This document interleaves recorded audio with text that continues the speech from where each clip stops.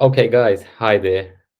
Hey, everyone. Hey, everyone from the Oxbridge and University Journey Group.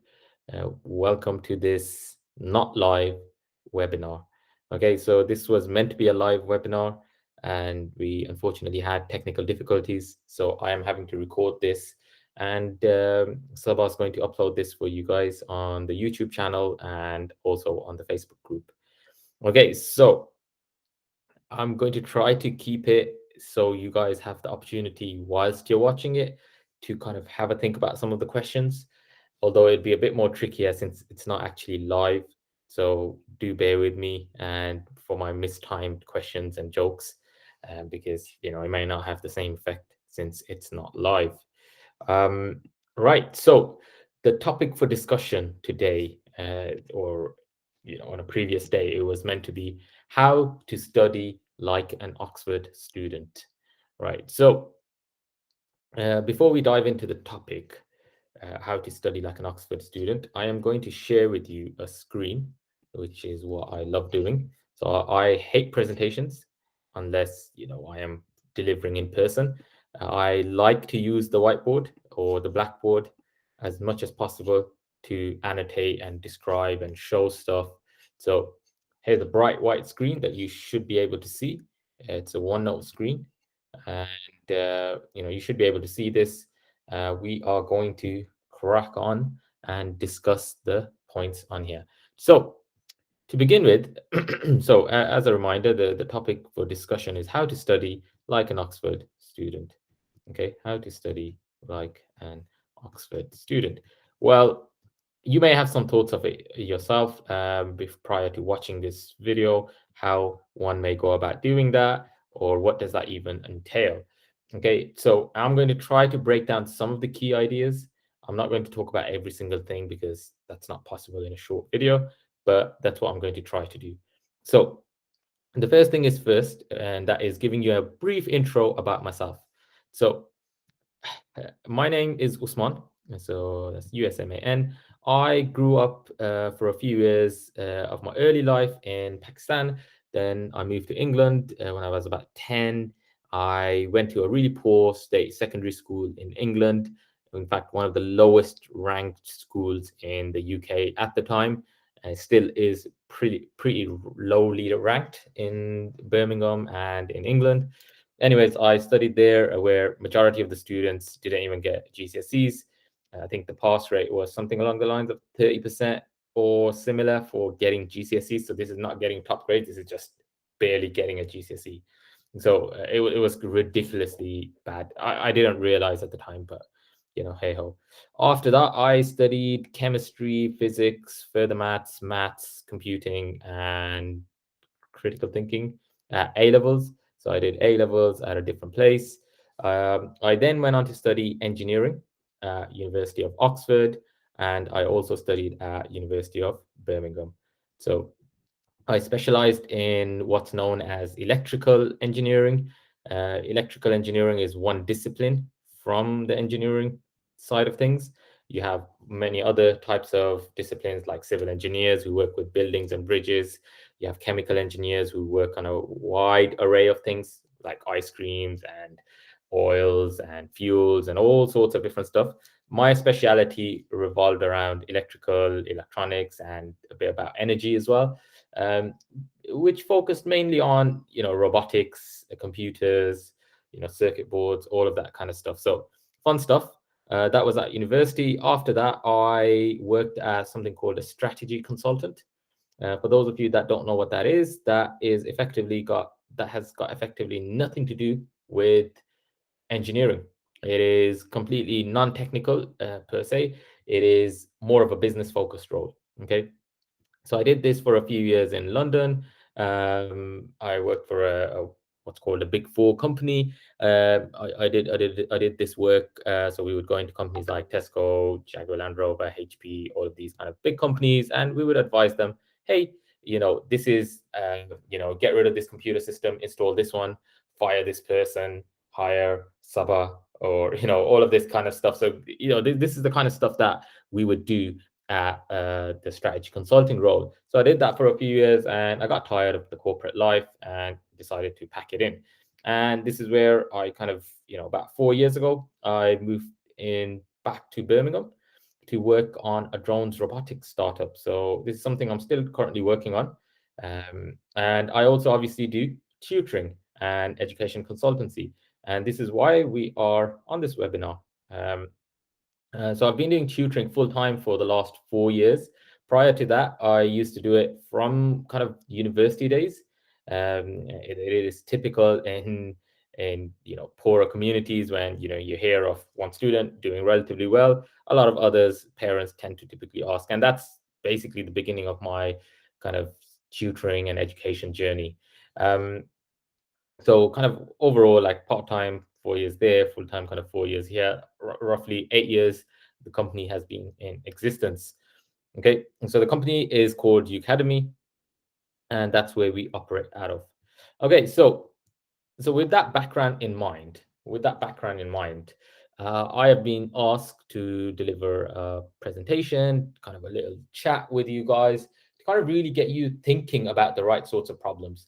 Because for your student, for your child, for yourself, if you have ambitions of sending them onto a competitive course, or you want them to live an academically driven or intellectually challenging workplace, where you want to send them to something that is worth their while in life, right?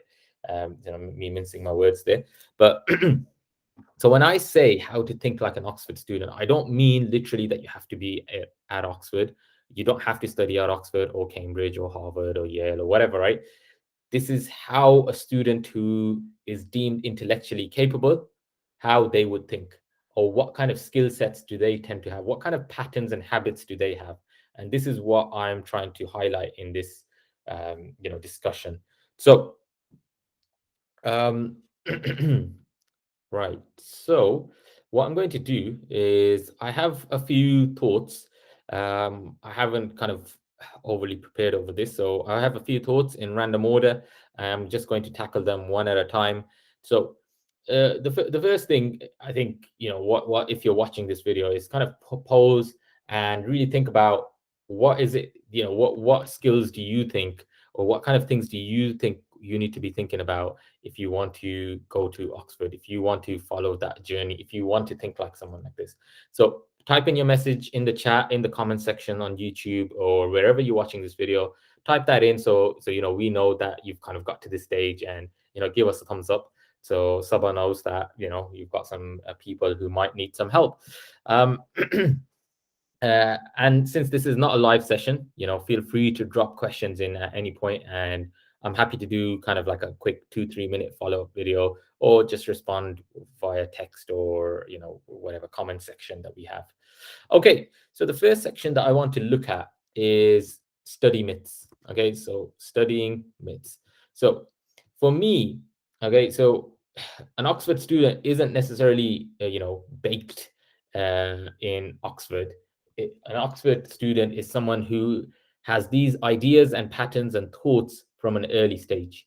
Right, they have a certain way of thinking from an early age. Okay, and one of those is to think critically, to always question why and is this even true. If your teacher sets you homework, you've got a question. You should actually question and say, why have they set me this homework? It's okay. You, the student that is watching this, it's okay to question that.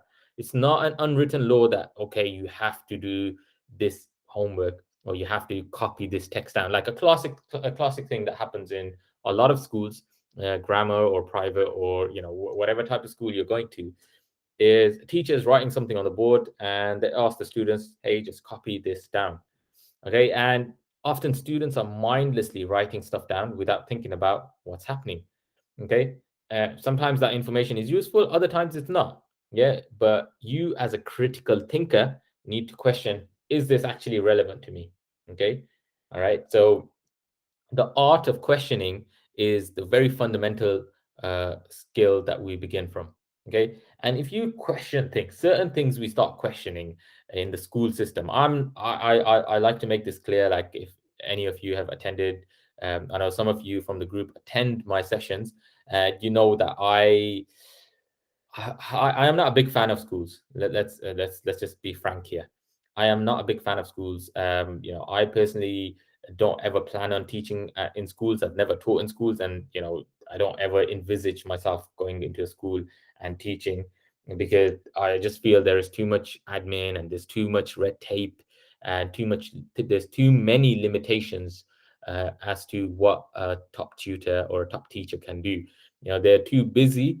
You know, pandering to Ofsted or an equivalent body, as opposed to actually getting the work done. So, and you guys know this, like, if most of you can count really, really good tutors or teachers on the top of your hand. Okay. In one hand, you'll struggle to kind of name more than a few. Okay. So why is that? One of the reasons I find is that students don't recognize that a lot of what's being fed to them are equivalents of myths. So I'm going to mention a few things. Some of them may be myths, some of them may be true. Okay, so we'll begin with a simple question, or a seemingly simple question. So some of you or all of you may have heard about learning styles. Okay, learning styles. Okay, so learning style. So my question to you is, what is your learning style? And do you, and is that like really important to you? How do you find that? Do you think your school teachers help you with your learning styles? Do they not help you? Do they help your child with the learning style? What is your learning style? So there are a few different ones. There are a few different learning styles. So, you have the visual, uh, you have the auditory, you have the read and write. So this is visual, auditory, so that's hearing. You have the reading, writing, and then you have the kinesthetic. Yeah, kinesthetic. Okay, so which one of these are you? Right, which one do you think you are? And do you find that this following one of these really helps you? Shout out, put your hand up, drop us a, I don't know, a thumbs up or something along those lines with the style that you think you are or your child is, and how you think they learn. Okay, and I want to know, like, what do you think about this? So now that I've given you a few moments to do so, hopefully you pressed enter with your thoughts.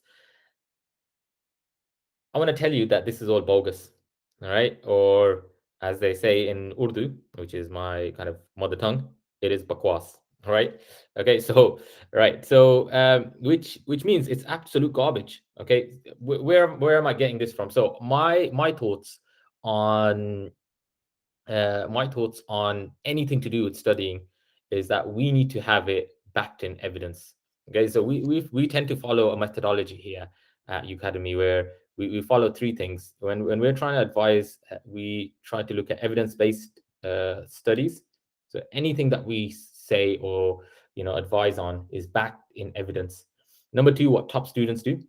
So what top students do, so students from the top institutes, what they do, and then you can throw in a bit of a kind of a personal spice. We try not to give too much of this because it may be, it may work for one person but not for everyone else. So our methodology revolves around these three aspects in general. So this is categorically not true. Studies have found that people tend to think that they are learning better if they learn visually, or if they're watching, or they are listening. If they're auditory learner, they will learn better. Many studies have found that this is just not the case. All right, there is zero evidence. Okay, yet I have many friends. I have tutors that work with us who are school teachers, who are head of years, head of departments, head of sixth form, all of this kind of stuff, right?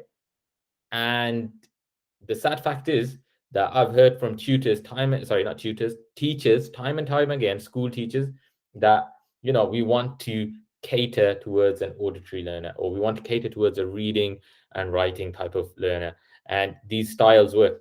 But there is ample evidence that this just does not work. I think I have one such. I have a few in the bank, and I'm just kind of doing this because obviously we're not live. This is recording at the moment. So I'm just going to grab a screenshot of one of the papers I've got. Hopefully I've got the right one. If I haven't, and you guys read up on it and, give me a shout if it's not the right one, yeah. But I'm pretty sure this is from my previous research. This is one of the papers that highlights that uh, basically there's no difference. So if I have a look over here somewhere, the results indicate that the objective test performance did not, whoops, the pen is too thick here, did not correlate, yeah, so it did not correlate with the learning style preference. Okay. Many other studies have shown that, when they've kind of compared different styles and with their preferred style, what they found is that, the results have been equal. Okay. Even though my drawing uh, fails to convey that because I've drawn the green bar a bit higher than the red.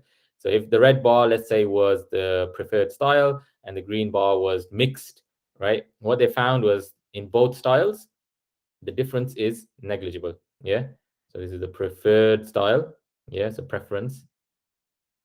And the difference was negligible. So no difference has been found yet. This is peddled time and time and time again. Schools have gotten better.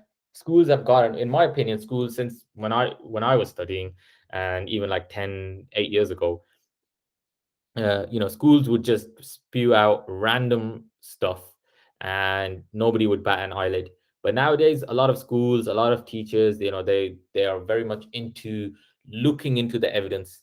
But I still feel we are very much behind the curve, the maturity curve of really utilizing the data and not letting our biases affect what we think is true and what is not. So at the moment, there is zero evidence for this. So let me repeat, learning styles, there's no such thing. Or if there is a preference, everyone can, of course, have a preference. So let me clarify, actually. Everyone can have a preference, but that does not mean it helps you learn better. So why would you ridiculously waste your time on such things? What we do know, there are some studies which suggest that depending on what you are learning. So, for example, if you are learning geography, you want to study visually because it's easier to learn using maps and diagrams and scales and all of that kind of stuff. It wouldn't really make sense to listen to where Germany is in comparison to Holland, for example, right? It would make sense to visually see it. So whatever format best suits that topic, you need to focus more on that. Another thing that they've found, and another thing that if you want to aspire to be an academically, inclined student, or parent of an academically inclined student, what you need to focus on is that realizing that if you use multiple techniques here, you are likely to do better. Why is that?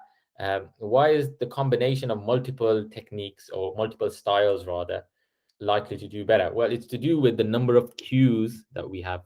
Yeah. If we can increase the number of cues, if we can increase the number of cues for recall, okay, if we can increase the number of cues for recall, if you have more things that allow you to recall the same thing, then you are in a much, much better position.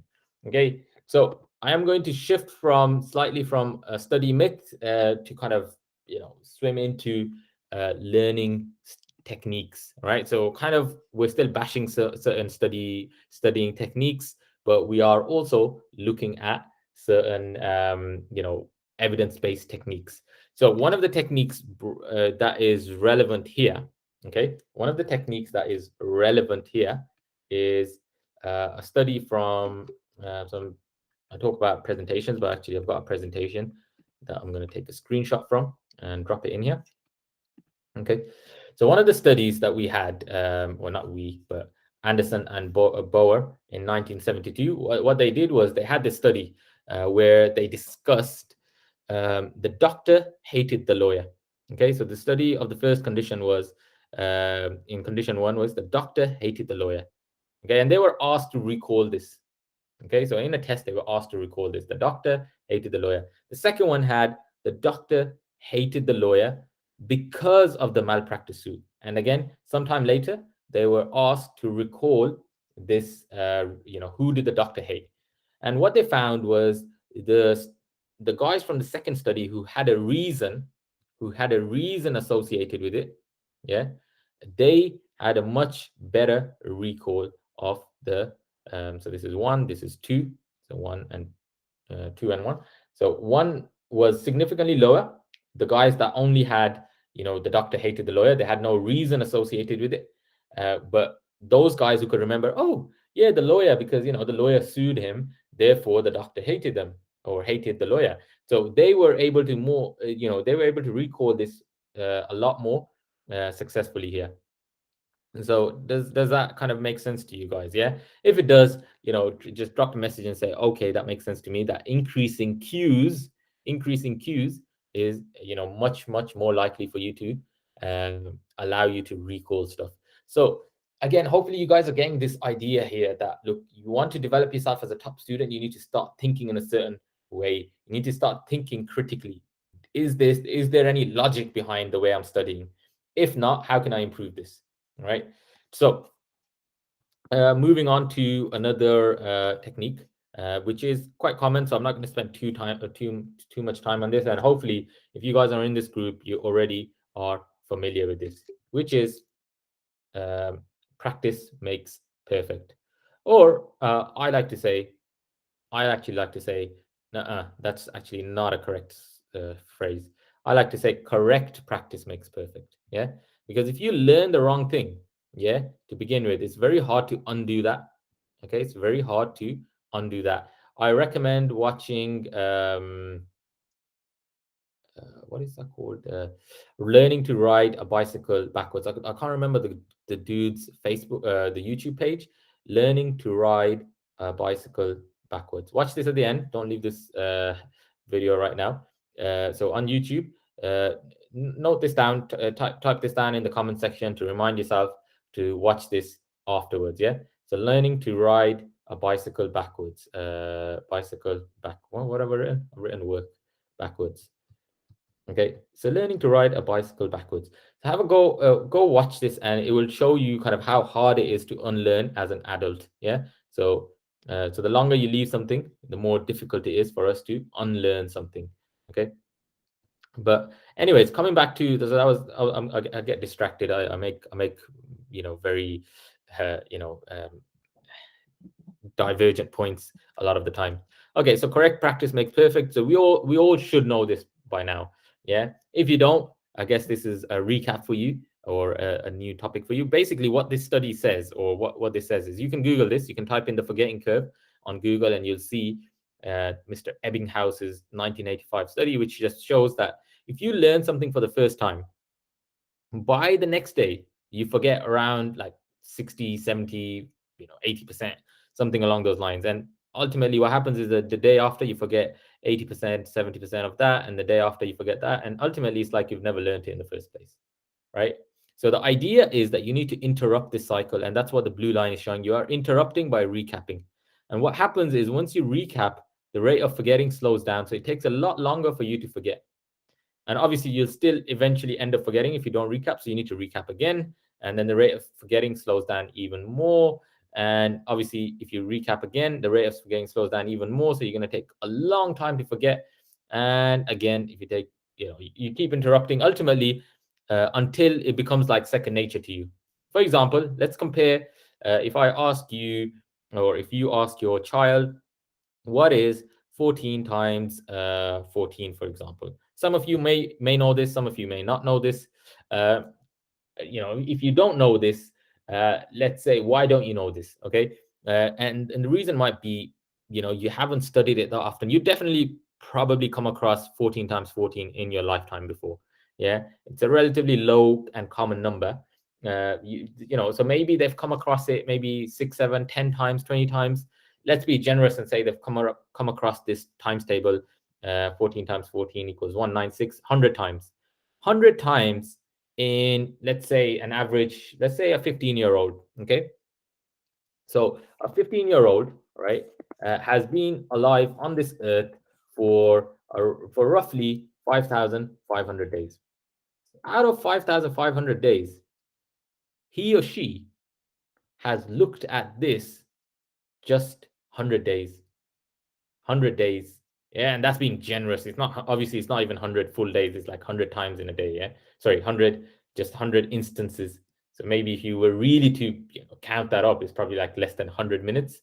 But anyways, the point being that it's not a big fraction. Yeah, 100 out of, really it's a much smaller fraction than this, but 100 out of 5,500, if you be generous, that is way less than, a tiny amount. Yeah.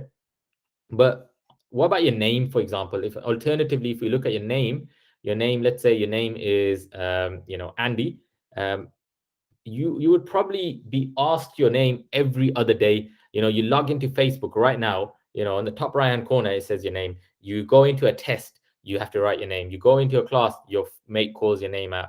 You go to, your house, your mom calls your name or your dad calls your name. Every single day your name is being called out. So when someone asks you your name, what's your name? And you're like, Andy, with the click of your finger, you're there.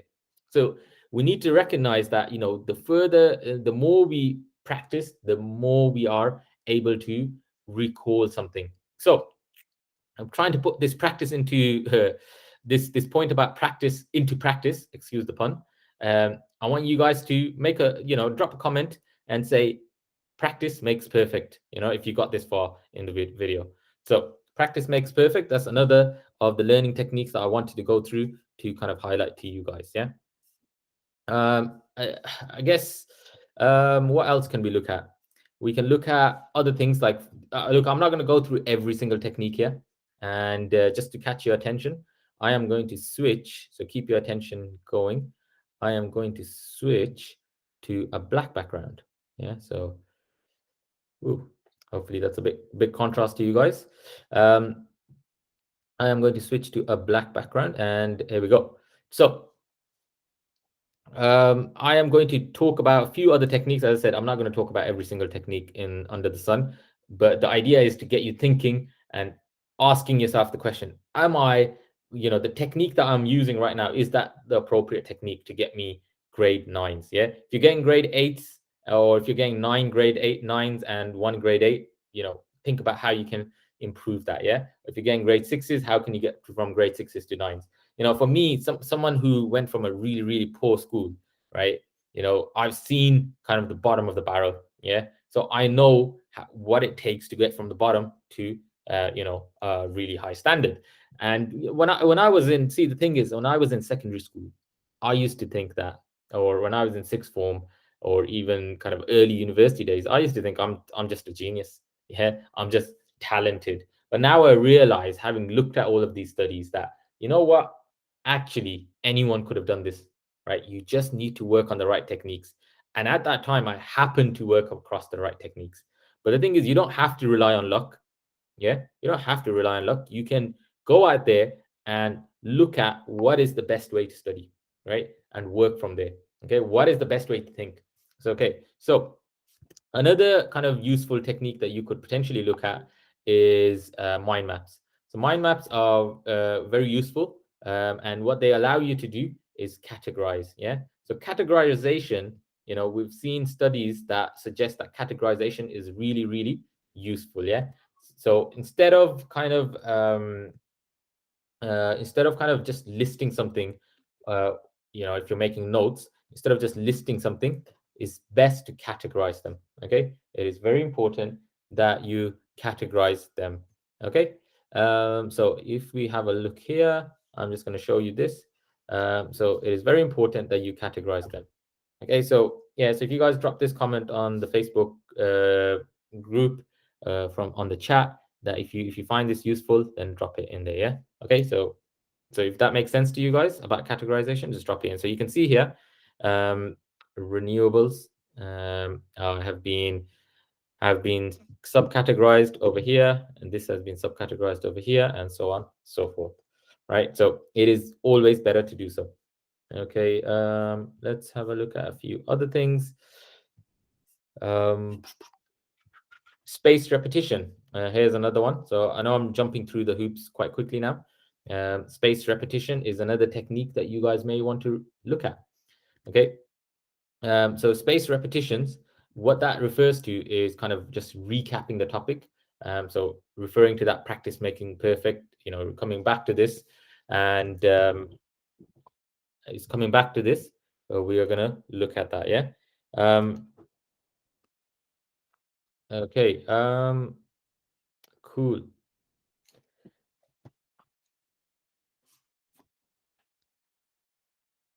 All right. 1 second. Let me just organize this.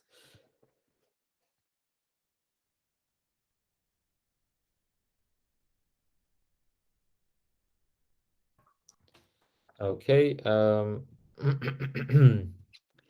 Right. Okay. Can you still hear me? Right. So sorry, just had to sort something out. Okay.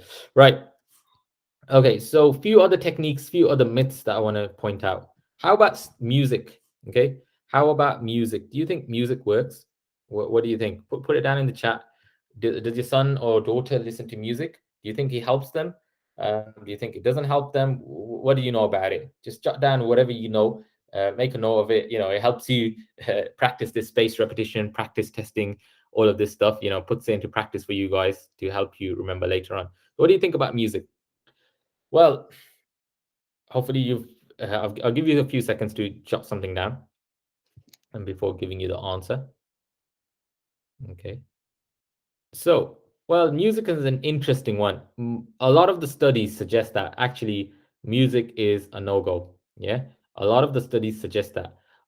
Although it is not as conclusive as some of the other topics I've talked about earlier on. So ideally, you don't want to listen to music. So you know, it's to be on the safe side. You know, be on the safe side. You don't want to listen to music. But some studies suggest that actually it might be okay.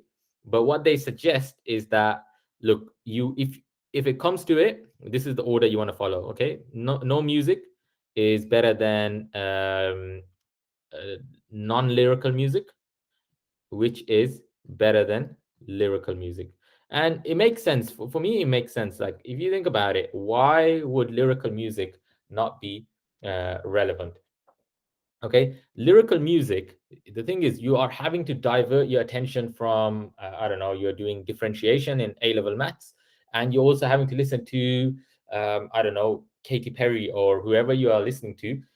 You know, you are having to divert your attention to multiple things, and our brains are not good at diversion. Yeah, you know, if you think about a computer, for example. Yeah, so your computer, if you're running too many apps at the same time, especially if you've got an older computer, then what happens? Your computer starts slowing down. It starts making funny noises because it's overloaded and it cannot keep up with all the tasks at one go. And your brain is similar to a computer. So don't overload it with multiple tasks. So music is another classic that a lot of students, you know, they go all out, they're blasting music and they're trying to study. And then, you know, 6 hours later, it turns out they haven't actually learned much because, you know, half the time they were just too focused on the music. All right. So personally, my personal opinion, like I personally don't listen to music when studying, or when I used to study rather. um, I do dabble in a few kind of topics, languages mostly when I'm studying these days. But yeah, and I wouldn't listen to music myself. But again, that's personal advice. The scientific jury is kind of still out, but on the safer side, the more conservative studies would suggest that no music is the best option. All right. And finally, again, I'm not going through all of these. I'm going through some of my kind of favorite things, or the ones that I can think of the top of my head, really. And one of them is highlighting. Okay, so highlighting is absolutely amazing if you are trying to beautify your work. Outside of that, forget about it. Yeah, absolutely forget about it. It is no good from many of the studies that we've seen. Okay, so the studies suggest that. So you know, they did a study where they split a group of students into three. Yeah, group one, they told them no highlighting, so they just got normal text and they got tested on it. Sorry, excuse my misspelling there, and I can't be bothered to rub that out. Group two did passive highlighting, so that means they already highlighted the parts of the text for them. And group three did active highlighting. Okay, so passive and no highlighting. Yeah, and what they found was there was negligible difference between the three groups. There was no difference between the three groups. So whether they highlighted themselves, whether they already had a text that was pre-highlighted, or whether there was no highlighting, there was no difference. Yet this is absolutely peddled, in the altar of the school, like it's an amazing technique. And it is not an amazing technique for recall. Okay. In fact, one study showed that highlighting may actually harm your understanding because you're too focused on that particular part and you do not get the overall concept. So, yeah, again, a bugbear of mine. Highlighting is a real no go. All right, cool. We are going to shift from study myths and evidence based techniques to a few other things that a student who might be aspiring for Oxford may want to think about. Okay, so couple of these are so what have I got in my notes? What do I want to talk about? I want to talk about uh, scheduling. Okay, so again, this is in a random order. Do you excuse the order? So scheduling. How do you schedule your time? All right. So how do you schedule your time? All right. So a lot of students, and so I'm going to give my opinion, and this varies. Okay, so what I should have mentioned at the start is that there is no one monotonous Oxford or Cambridge student. Okay, there is no one way of kind of thinking. We are not robots, we are humans. Okay, so it may vary, but these are my thoughts on it. Yeah, so my thoughts are timetables are flawed. Okay. So a scheduled timetable or something along those lines, which especially one that's very specific. Okay. So timetables are flawed. Okay. So what you want to do is you want to have a goal as to what you want to do, is what you want to work on, what you want to work towards, and work backwards from that. Okay. So, and the reason for that is we as humans, we are terrible at estimating. Okay, when you're standing up, let's say you are fixing the roof, or if you're a father and you're fixing the roof, the tiles on your roof or something, yeah, and you put the ladder up. What do you do before you kind of put the ladder up there? You normally just shake it about a bit, just make sure it's sturdy in its place. So what we're doing is we are taking into account the tolerance levels. Yeah, we are taking into account the error.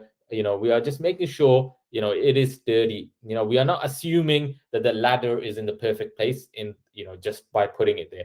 We check for errors, we check for potential flaws in there. But yet when it comes to a timetable, we never ever plan for contingency. Or we may put a few days down, but we don't truly plan for it. Usually we always think, like, for example, when I'm driving, I'm terrible at this, and my wife's always on my case that when I'm driving, I'm always thinking that I'm going to make it to a certain destination as if all the lights are green. The reality is that's not the case. That never happens, or that very rarely happens. So we humans, we always think in the optimum situation. So for me, and that's again, that's not reality. Not reality. This is not reality. So for me, the best way to work is to firstly know what topics you need to cover or what you are targeting. So let's say this style of thinking is not limited to academics. Yeah, you may be at work, okay, and you might have a task like you need to get X number of posts done, or you need to kind of produce a code or a piece of code by a certain date. And for me, what you want to do is you want to get a list of those items. So let me find an example for you guys. Okay, let me find an example for you guys.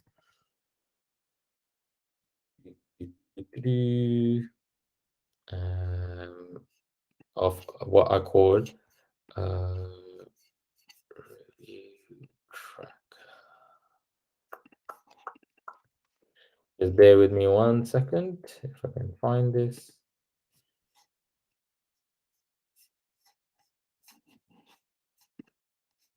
Okay.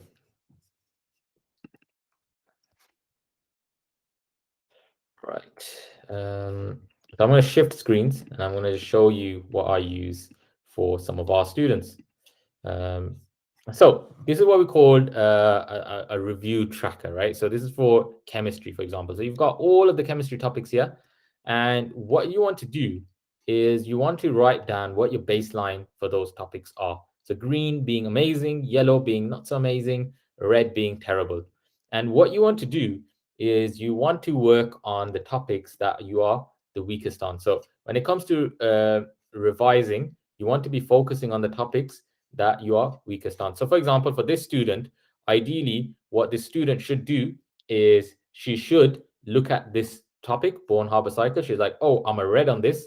Okay, this is the first topic I should review, not some pre-planned timetable, which is obviously not taking into account all of the errors and the overshoots and the birthdays and the wedding parties that you have to attend and all of the other responsibilities or anything like that you might have. You want to focus on things that scare you the most. Okay, the question you want to be asking is, if the exam was tomorrow, what would you hate to come up? And that would obviously be the red topic. So what the student would go and do is study the Born Harbor Cycle the next day. So let's say the 31st,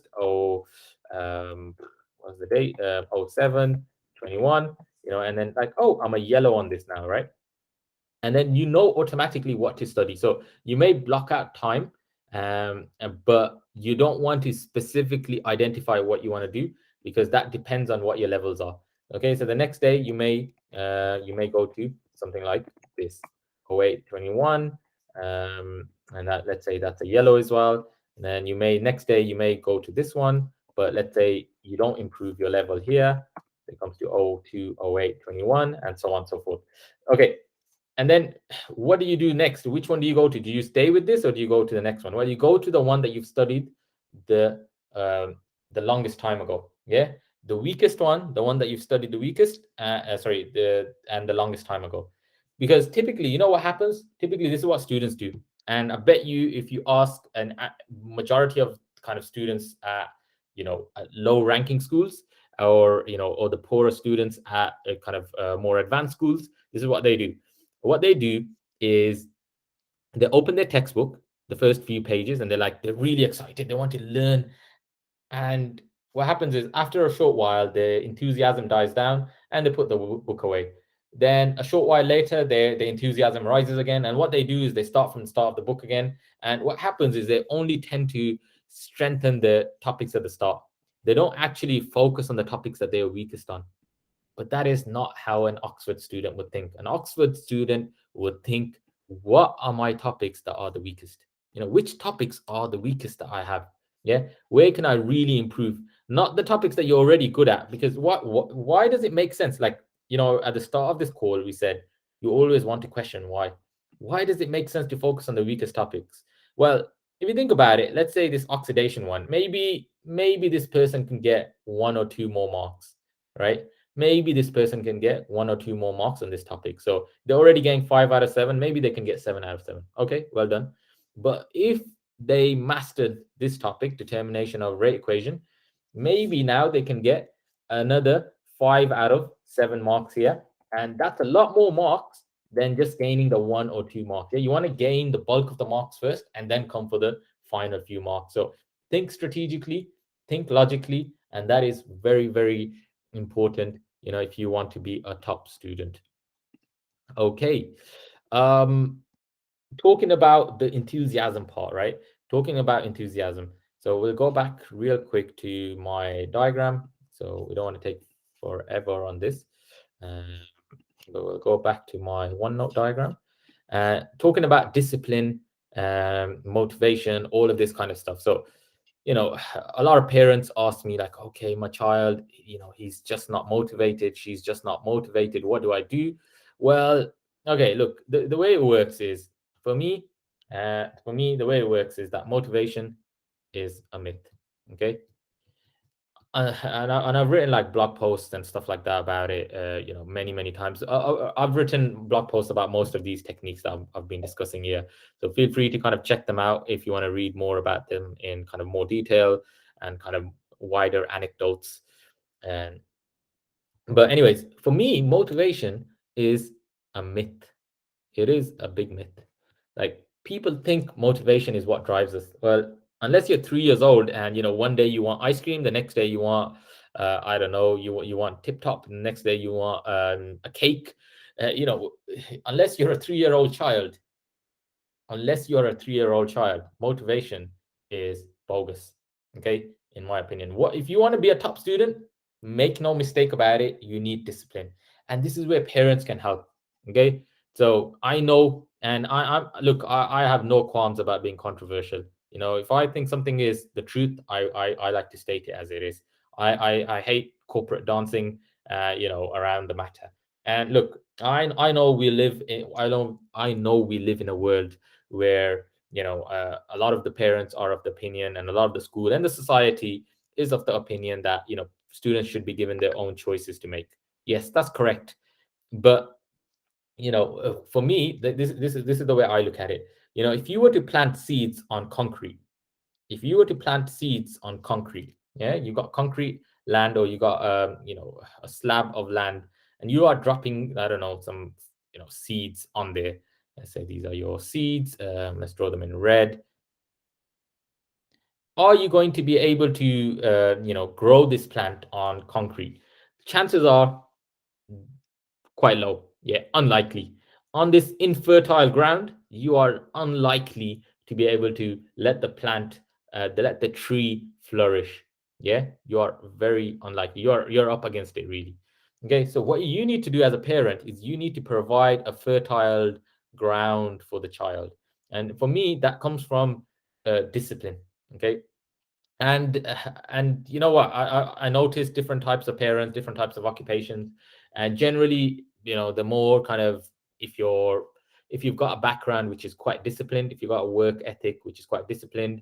So for example, doctors, dentists, these parents generally, in my experience, tend to be quite disciplined.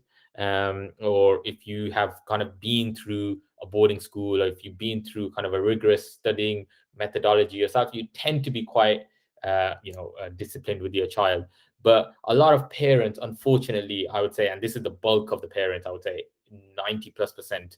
I'm not talking about just the privates and the grammars here. I am talking about across the board, yes, state schools, comprehensives, and so on and so forth, right? Most parents just give too much leeway, especially in terms of screen time. Okay, you can't have it both ways. You cannot have it both ways. I have seen very few students who have had full access to phones, PlayStations, Netflix, Amazon Prime, Facebook, Instagram, all of this stuff, and yet pull out grade nines and pull out A stars and pull out Oxford offers. I have seen very few. In fact, I'm struggling to think of any. Right, I know a few who've kind of achieved the top grades, but they weren't perfect. But um, it is near impossible. It is near impossible to do so.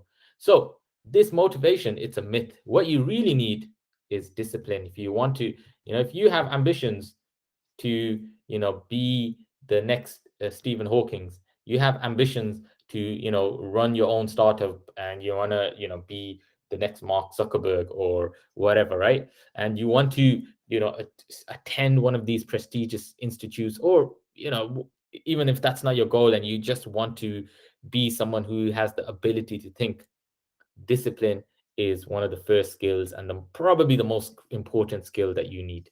Okay, all right. Okay.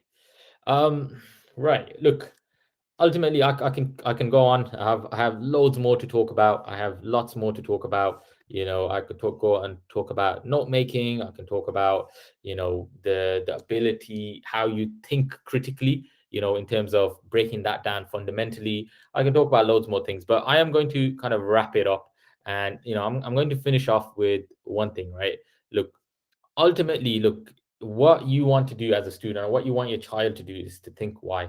Yeah, I'm going to come back to this why part, right? A classic is the point that I mentioned right at the start, where the students are copying down something that the teacher has written. Okay, why would you do that? That does not make any sense to me at all. Because you know why? Because a robot could do that. A robot could do that. In fact, a robot can do that much faster than you. All you have to do is press, forget a robot, like just get a average computer. You press Control C, Control V, which are the shortcuts, and you've pasted. You can literally paste hundreds and thousands of pages within less than a second. And as a human, you probably write like 3 words in a second at best, four words, 5 words. I don't know how many words you'll be able to write. So can you ever compare to a robot? Yeah. Not really. If you look at a robot and a human, yeah, and I want to finish off on this, yeah. I don't want you guys to be a human, yeah. Sorry, I don't want you guys to be a robot. I want you to be a human. I don't want you to be a robot. Why is that? Look, a robot does not need to sleep. It does not need to eat. Okay, it may need a bit of fuel, but it doesn't need to eat. It doesn't get tired, no fatigue. It doesn't need to rest. Well, that's the same point. Doesn't need to go to the gents. Doesn't need to excrete. It's very cheap. Yeah, probably a few pence on the dollar. You as a human, just need to think about yourself as adults, or if you think about your parents, if you're a student watching this, you want the best money for yourself. Like, people demand £200 an hour, £300 an hour, £3,000 an hour, whatever, right? You want a nice, healthy paycheck for your work. A robot doesn't need that. And you know what? To top all of that off, it is extremely fast. It is ridiculously fast, right? So, what advantage do you have? You have absolutely zero advantages against a robot. And here's the thing, you hear that kind of trope, robots are taking over our jobs. Actually, that's true. That's not just some mythical statement that people make, or Daily Mail or the Sun is putting out. It is a legit statement. Okay, I know lots of friends who work in kind of high kind of tech, not even high tech, just pretty standard, your run of the mill law firms, where you've got robotic software and robots doing special jobs which would be, typically 20 years ago would be in the domain of a lawyer, like reading contracts, all of this kind of stuff. Robots do this kind of stuff now. Yeah. Engineering, you've got the same kind of stuff, right? So there's loads of stuff that robotics can do. And by the time most of your children grow up, or if you're a student, and by the time you grow up in the next 10 years, robots are going to be here even more ingrained into our lives. So, I say, I've had a son, just under a year ago, my firstborn. And I say to my wife, look, I don't think when my son grows up, he doesn't need to learn how to drive. There's just going to be driverless cars, and there's no driving test for him. So I make that joke with her, but that's true. That is the reality that we are going to face. So how on earth will you be able to get something going in the job market, or in your career ladder, or just how will you add value to society as a human if you cannot compete with the robot? But that's what you were trying to do here when you were trying to copy, from the whiteboard that we mentioned at the start, and you were just trying to copy stuff down. How do you compete? Well, one thing and one thing alone. You have one advantage that this robot does not, and that is understanding. That is understanding, my friends. And that is the only advantage you have as a human over a robot. Okay, it's so ridiculous that YouTube videos that you watch get recommended by a robot. It is not a human who's recommending those YouTube videos to you. So that suggested video, after this, you're going to get suggested, watch Usman's YouTube channel, right? That it's not being recommended by me, it is being recommended by a robot. Yeah. So, but that robot does not understand why he is suggesting Usman's video over some other video, right? And this is where your advantage lies, my friend. So please, please, please do not get suckered into being a terrible robot. Be a human. Okay. Question why. And that, my friends, is all I have to say about that, as my good friend, or not my good friend, but a good movie, Forrest Gump, a line from there. Um, so yeah, um, if you have questions, guys, feel free to drop me a message. Drop a comment below the YouTube video if you're watching this on YouTube, Facebook, wherever else Saba is going to flog this video. Feel free to do that. Ask the admin team on the group, ask Saba and the rest of the team. Ask your questions. There's lots of experts on this group. I learn lots of stuff from this group, and I like to consider myself, I know a lot about education, but genuinely I learn stuff from others on this group. It is so useful, and it's such a great thing the internet. It's a great leveler of chances and opportunities, and do utilize it, guys. Um, some details for myself. Yeah, you can find myself on YouTube. It's under the channel Ucademy. Um, you can find us on there. We're on social media. We have a website, www.ucademy.co.uk. But I mean, genuinely, look, for me, I would not, I would love it if you guys just come away with this of understanding as a human rather than being a robot. Everything else is secondary. Thank you guys for listening. This has been a great presentation, hopefully for you guys, and look forward to hearing from you. Adios, amigos. Take care. Bye.